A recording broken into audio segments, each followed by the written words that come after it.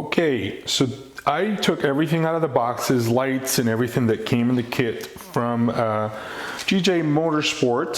So this is their third brake light. It is stainless steel. It's made in the United States, powder coated. I picked mine with the NMO antenna mount. It also comes with red LEDs that you could see from quite a bit of distance. The, I think, 12-foot of antenna cable. The wiring harness, this actually comes for your reverse light. These are the two Amber S2 lights that I chose myself, and then I also got the option with the reverse harness. Let's talk real quick about the rest of the hardware. It comes with your light gaskets, and I'll show you exactly where these go. The main gasket that goes on top of the bracket itself, so you can seal it to the truck. Comes with your hardware bag. Make sure you don't lose these. Grab onto them, handle them real carefully when you put them on there. You don't want them falling through the truck headliner or anywhere near there. So let me talk to you about my lighting options.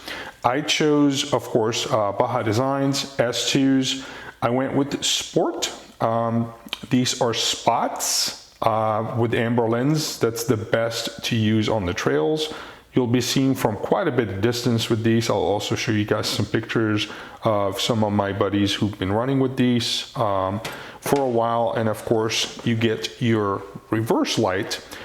I chose the white cornering pattern on there. It's perfectly fine for what I'm doing. So we're going to get to the install shortly here, and I'll show you exactly how you get to these step by step. So one of the first steps I'm going to do here is I'm going to remove the cover off the S2 lights using an Allen wrench. We're going to install the gasket and then put them on the bracket itself and then reuse the bolts that come with it. So take the bolts out, retain them because you're going to need them, and then remove the cover. Okay, so we're going to remove the light cover. Going to leave the lens in place. So the cover is off, put it to the side. We're going to take the gasket supplied. These are going to be in the corner. You're going to put it in there in the corner, seat it right. And then you're going to line up the light on top of it. So this goes towards the bottom.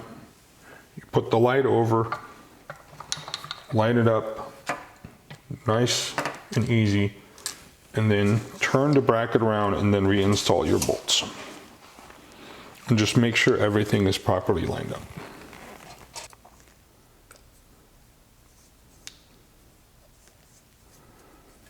Okay, so we have all the lights now installed. I tightened them diagonally and then side to side and checked them a few times. You don't want to over torque them so you don't screw anything up. And that's how they look like back here. So you got, this is your reverse, and these go together. And I'm about to show you guys how a lot of this works. So to be safe that the adhesive on the gasket works great, Tom suggested that I use a 3M Super 77 adhesive. We're going to simply spray, not a whole lot, just a gentle layer over the adhesive side of the gasket before I lay it over.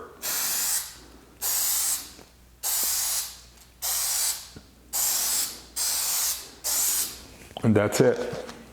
And then we're going to handle it, put it on there, and line it up correctly. Okay, so let's talk about the strategy we're going to do this. So your third brake light is right there. You're going to fish some wires through here. They're going to come down your C pillar. So you need to pop this, and this is actually really easy. You just pop it, just gently pop it from all sides. I'll show you on the other side where all the clips are. And you want to make sure while you're doing so that you're going in front of and not behind the airbag, because there are airbags in here. And then we're going to come down all the way through the side, and you're going to take these steps out and just go all the way around. These can be all picked up so you can see your cables as your wires as you're putting them through and everything. So we're going to just continue this here in just a second, but I wanted to show you guys where this goes. So these are your clips that I was talking to you about, and that's the airbag. Try not to mess with it. And you want to make sure that all of the wires are on this side of it. Just getting them all the way in clear. So this kind of pop real easy. Just see where these are and just pull on them and they will come out. Also on this side, I took the door sill trim that says Ford Performance on it. I removed the kick panel altogether, and I removed the cover over here just to give me access to everything, because those are the wires that you need to get to. They're kind of a little bit up there, but those are the wires that you need to pull. There's another set that's identical to them in the engine compartment that I'll point out to you just a minute. So this is your door sill panel that I pulled out. It's also real easy to pull. This is the only one that's a little tricky because it goes behind the molding. This is the kick panel that I had to remove. It goes this way. So it also has all your clips. You can see them. They're all out there in front of you. And this is the side that you gotta kind of twist and turn, kind of pivot it vertically this way so you can pull it out and pull back towards you. This right here is your dash piece that I removed. You don't have to, but it gave me more light and I could see. And then this was covering the fuse box. So everything is real simple and it's just pull. All right, so I'm gonna be using a T20 star bit. There's 4 of these bolts we're gonna take out. I would recommend you keep these just in case, but the GJ comes with 4 new ones. We're just gonna take them out with a T20. Okay, so now that I pulled this off, I'm gonna definitely clean the surface really well. And it's pretty simple, and it takes very similar shape to the GJ light. It almost has a similar gasket as well. So we're going to disconnect the little LEDs from here because those are going to reconnect on the other side. So you got to take these plastic tabs out and replace them with the ones supplied. And what worked for me is kind of messing with it a little bit, putting a small screwdriver, kind of turning it around to kind of get it a little loose, and then I'll push it from the back. So this is the supplied hardware. Basically, the longer bolt, stainless steel bolt, is going to thread through the metal clip that he provides. So to put this on, you would want to just open this just a little bit, pry it. Just not a whole lot, just enough. You want to keep it elastic so it can hold. Just pry it a little bit on both sides. And basically, you're going to want to slide it through here so it can hold. So before I talk about how we're going to fish this through, those metal tabs, we pried them a little bit with a screwdriver, not a whole lot. Just enough to where you can clip them because they're going to go like that. You don't want to drop these. I'm going to leave this at the end because I'm going to be fishing through this area a little bit, but it goes in like these guys right here, and we're going to go downwards. So I would probably choose something else to retain them because I don't really want to scratch up the paint. Good thing it's an aluminum body, so it's not going to rust. Yes, you're not going to see it, but some of us may not want to scratch it up. Second thing is there's a hole right here where this wire is coming out of. So I took the antenna cable, if you choose to get yours with the antenna mount, with all the other wires, and I kind of taped them just a little bit. They're kind of rigid enough to where you can manipulate them and go them. So we're going to go down into that hole and then towards the passenger side.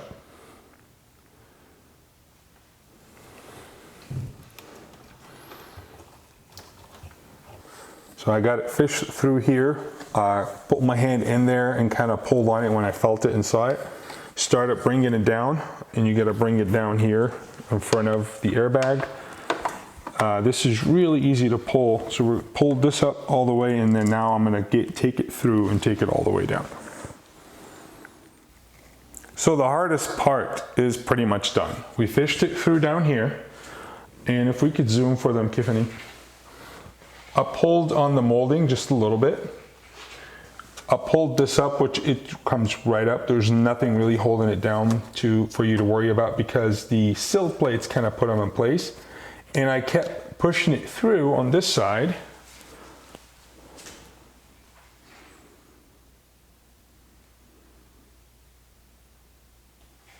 Onto this side.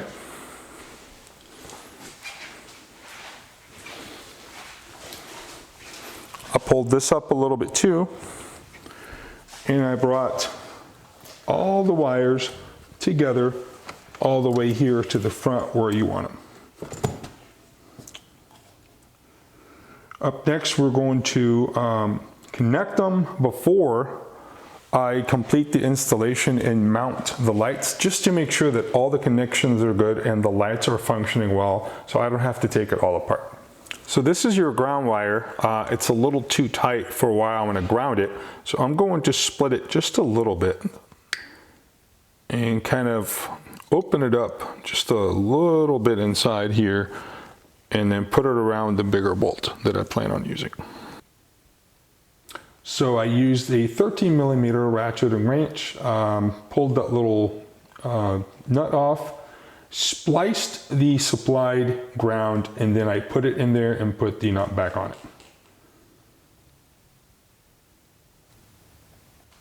Okay, so now I'm going to use a wire stripper, and I'm going to take about 3/4 of an inch off.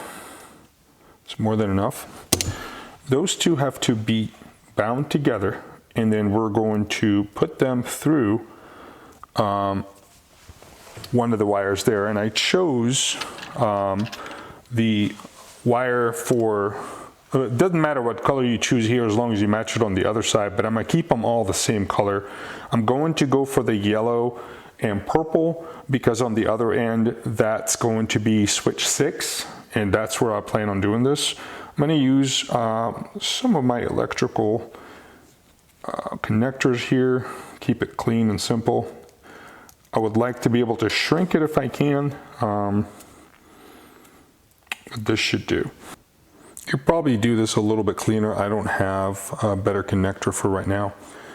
Probably would like to do a shrink wrap, be much cleaner, but this will do, and I'm going to be able to put the other side here and just sit.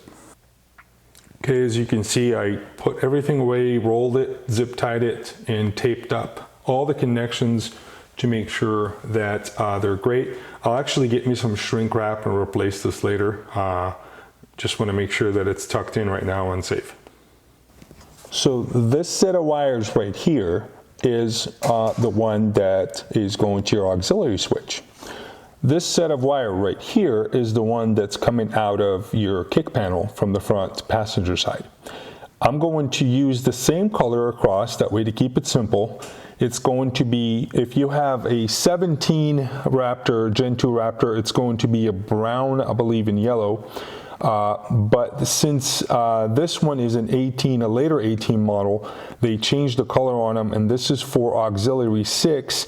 It's going to be yellow and purple, and I'm using yellow and purple across. So I'm not going to need any of these.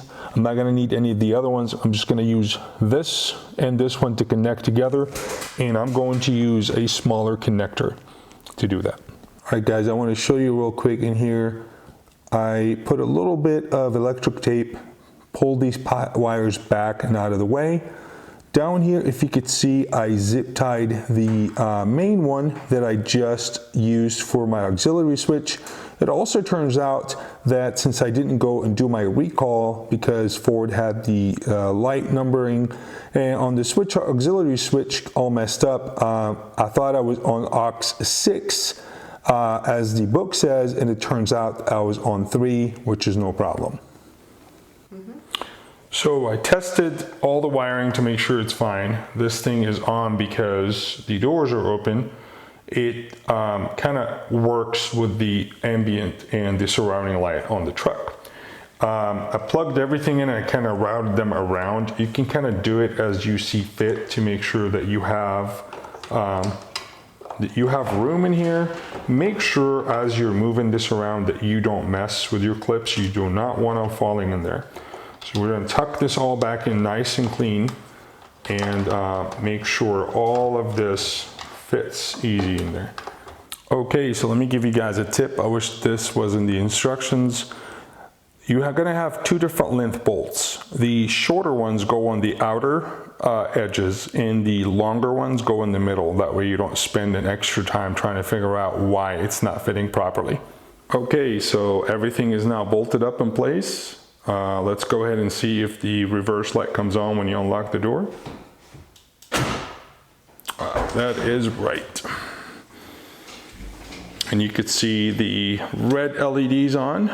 And now let's see if we can see the spots. Whoa, that is really bright.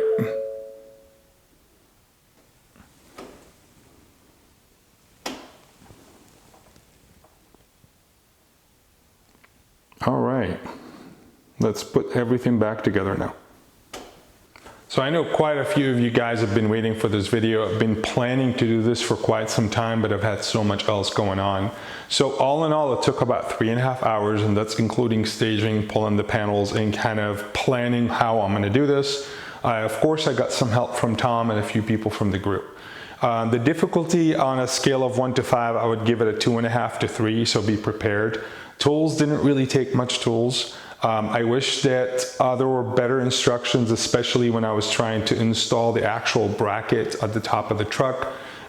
You know, we encountered different sizes on the bolts and so forth.